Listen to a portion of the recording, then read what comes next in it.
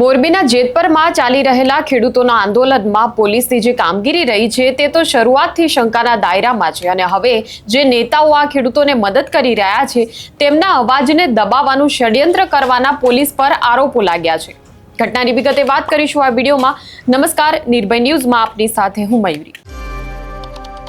ખેડૂતોની મંજૂરી વગર અને ખેડૂતોને એક પણ રૂપિયાનું વળતર ચૂકવ્યા વગર ખેડૂતોને મોંઘા મૂલી જમીનોમાં જે વીજપોલ નાખવાની હાલ કામગીરી ચાલી રહી છે તેની સામે ખેડૂતો મજબૂત રીતે લડત આપી રહ્યા છે। મોરબીના જેતપર ગામમાં જે રીતે ખેડૂતોએ તેમના સંગઠનની શક્તિ બતાવી હતી, ટ્રેક્ટર રેલી જે આપણે સૌએ જોઈ, અને ખેડૂતોની આ લડતમાં વિપક્ષના જે નેતાઓનો તેમને સાથ મળી રહ્યો છે અને ખાસ કરીને શરૂઆતથી જ આમ આદમી પાર્ટીના નેતા પંકજ રાણસરિયા કે જે આંદોલનમાં ખેડૂતોનો અવાજ બન્યા હતા, જેતપરના વિરોધ કરી રહેલા એ તમામ ખેડૂતો પર જ્યારે પોલીસ એ સમયે લાઠીઓ વરસાવી રહી હતી, ત્રાસ ગુજારી રહી હતી, ત્યારે પોલીસના દમનનો આ નેતાએ પણ સામનો કર્યો હતો। પોલીસ જ્યારે ખેડૂતોને તેમનો હક માંગવા બદલ પકડીને તેમને જેલ ભેગા કરી રહી હતી ત્યારે તેમની પણ અટકાયત કરવામાં આવી હતી અને હવે પોલીસે એક 6 મહિના જૂના કેસમાં આમ આદમી પાર્ટીના નેતા પંકજ રાણસરિયાને નોટિસ ફટકારી છે। ત્યારે શું હતો આ કેસ અને પંકજ રાણસરિયાએ આ મામલે શું કહ્યું છે તે જોઈ લઈએ। 11 તારીખના સવારના મને એક ફોન આવે છે। એ ફોનના માધ્યમ થકી મને પોલીસ ઇન્સ્પેક્ટર તરીકેની પોલીસ અધિકારી તરીકેની ઓળખાણ આપવામાં આવે છે। ત્યારબાદ મારા વોટ્સઅપની અંદર તાલુકા પોલીસ સ્ટેશનના પીએસઆઈના નંબરની અંદરથી મને એક નોટિસ મોકલવામાં આવે છે। મિત્ર, હવે આની એક વિગતવાર ચર્ચા કરીએ તો જ્યારે આજથી એટલે કે 12મા મહિનામાં 2025ના 12મા મહિનાની અંદર જે કેનાલ રોડ ઉપર જે બોરિયા પાટીનો જે વિસ્તાર આવેલો છે એ વિસ્તાર પાસે જે શાળાઓ સ્કૂલ આવેલી છે, જેથી કરી રોડ તપી અને નાના બાળકો ભણવા માટે જતા હોય તો એક્સિડન્ટના બનાવ ન બને, વાહન થોડું ધીમું પડે, એમના ભાગ સ્વરૂપે ત્યાં બમ્પ ઓલરેડી બનાવેલા હતા। પણ કોઈ રાજકીય પાર્ટીના સત્તાધારી પક્ષના આગેવાન જ્યારે મોરબીની મુલાકાતે પધારવાના હોય ત્યારે આ તંત્ર દ્વારા એ બમ્પને તાત્કાલિક ધોરણે રાતોરાત દૂર કરવામાં આવ્યા હતા। ત્યારબાદ ત્યાંના સ્થાનિકો રહીશો દ્વારા અવારનવાર તમે જોઈ શકો છો આ રીતની રજૂઆત દ્વારા આ સ્કૂલના લેટરપેડ ઉપરની રજૂઆત છે, આ ત્યાંના સ્થાનિક રહીશો દ્વારા રજૂઆત કરવામાં આવેલી છે, ત્યાંના રહીશોની બધાની સાથે સાઇન કરેલી છે। આ તમામ રજૂઆતો ત્યાંના રહીશોની અવારનવાર કમિશનર સાહેબને કરવામાં આવેલી હતી કે આ વિસ્તારની અંદર અકસ્માતના બનાવો બનેલા છે, ગાડીના એક્સિડન્ટો થયેલા હતા, ત્યાં ઓવર સ્પીડના કારણે નાલું આવેલું હોય તેમના કારણે 2 થી 3 અકસ્માતના બનાવો બનેલા હતા। એમના ભાગ સ્વરૂપે વાહન ધીમા પડે એમના માટે સ્પીડ બ્રેકર બનાવવા માટેની ત્યાંના સ્થાનિકો દ્વારા માગણી કરવામાં આવેલ હતી।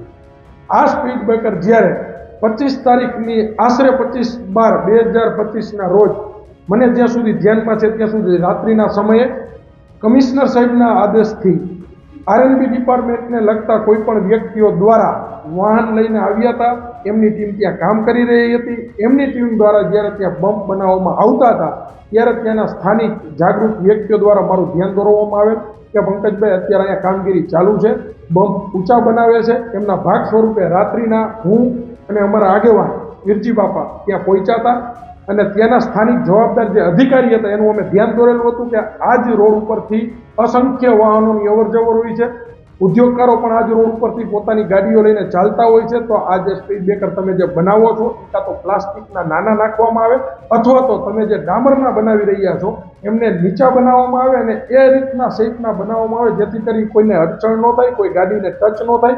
એ રીતની અમે મૌખિક બાહેંધરી આપવા માટે અને એમને જાણ કરવા માટે ત્યાં ગયા।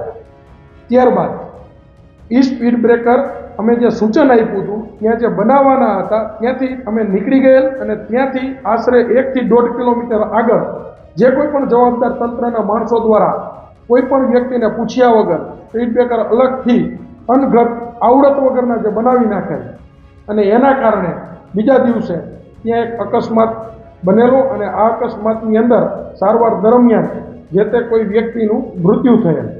બરાબર, હવે આ બનાવને આજથી આશરે 6 મહિના જેવો સમય થઈ ગયેલ છે। જ્યારે મૃત્યુનો બનાવ બન્યો હોય, જ્યારે એફઆઈઆર દાખલ કરેલી હોય એ સમયગાળા દરમિયાન જો એની અંદર અમારી કોઈ જાતની ભૂમિકા હોય તો પોલીસ તંત્ર ત્યારે અમને નોટિસ આપીને બોલાવી શકે એમ હતું, ત્યારે અમારી નિવેદન નોંધી શકે એમ હતું।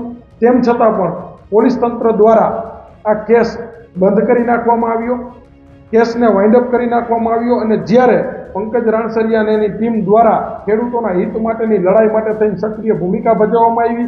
સરકાર વિરુદ્ધની અંદર જઈ અને સરકાર જે ખેડૂતો સાથે અન્યાય કરે છે એનો અવાજ બની અને સરકારને જગાડવાના પ્રયાસો થયા ત્યારે જ આજે સૂતેલું પોલીસ તંત્ર હોય એ જાગ્યું હોય 6 મહિના પછી એ રીતના આ કેસને ફરી પાછો એમના પરિવારને જગાડી અને રીઓપન કરવામાં આવ્યો.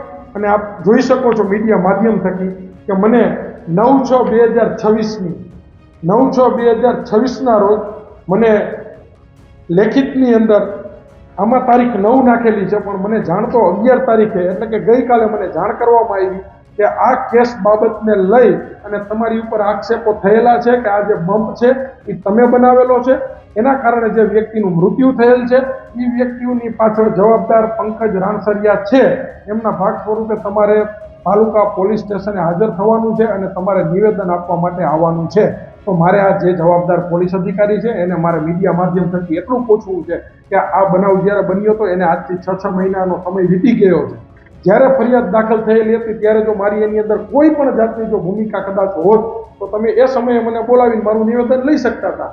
પણ નિવેદન લેવાની જરૂરિયાત ત્યારે કેમ ઉદ્ભવી કે જ્યારે સરકાર સામે ખેડૂત માટે જ્યારે અમે અવાજ ઉપાડતા થયા, એટલે આ સ્પષ્ટપણે એવો ઈશારો છે કે અમારો અવાજ દબાવવાના પ્રયાસો થઈ રહ્યા છે. કેન પ્રકારે અમારા મોઢું બંધ કરવાના પ્રયાસો થઈ રહ્યા છે. કેન પ્રકારે ખેડૂતોની જે હક માટેની જે લડાઈ છે એની અંદરથી પંકજ રાણસરિયાને દૂર કરવા માટેના પ્રયાસો ડરાવી ધમકાવીને થઈ રહ્યા છે. તો મિત્ર, મારે આજે આ મીડિયા માધ્યમ થકી લોકોને એક અપીલ કરવી છે કે જો આ જ રીતના સરકારના ખોટા અવાજ સામે, તાનાશાહીના અવાજ સામે, લોકોના હિત માટે, ખેડૂતના હિત માટે અવાજ ઉપાડવો એ કોઈ ગેરકાનૂની પ્રવૃત્તિ છે?